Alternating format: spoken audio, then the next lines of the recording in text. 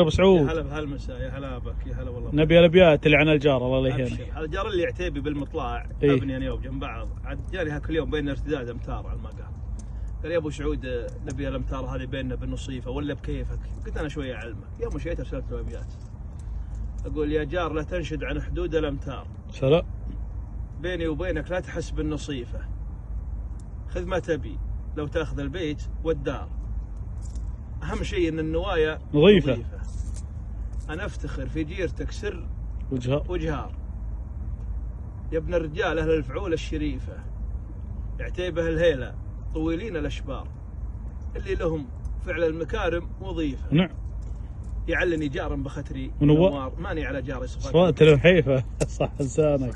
اسلم يا ابو صقر. تسلم.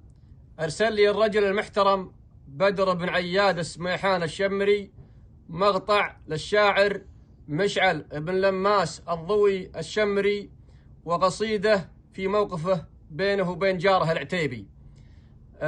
بصراحة موقف مشرف في مجال احترام وتقدير الجار اللي وصى عليه الله سبحانه وتعالى ورسوله صلى الله عليه وسلم، وجعلنا نجاور كل طيب إن شاء الله في الدنيا وفي الآخرة.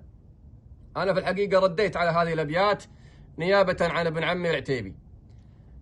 أقول جتني رسالة بدر عياد بشعار، مقطع المشعل بن ضوي في مضيفه، يقصد ويبدع من جزيلات الأفكار، واستقعدت راسي وثمزان كيفه، وفيت يا مشعل بموقفك للجار، ولاهي غريبة يا زبون الكليفة، شمر سنام الطيب والطيب له كار، وشمر معه مثل الحليف وحليفه، كتبت ردي للطنايا بتعبار موجز وقوله بالنيابة وظيفه. صح الله لسانك، صح الله لسانك.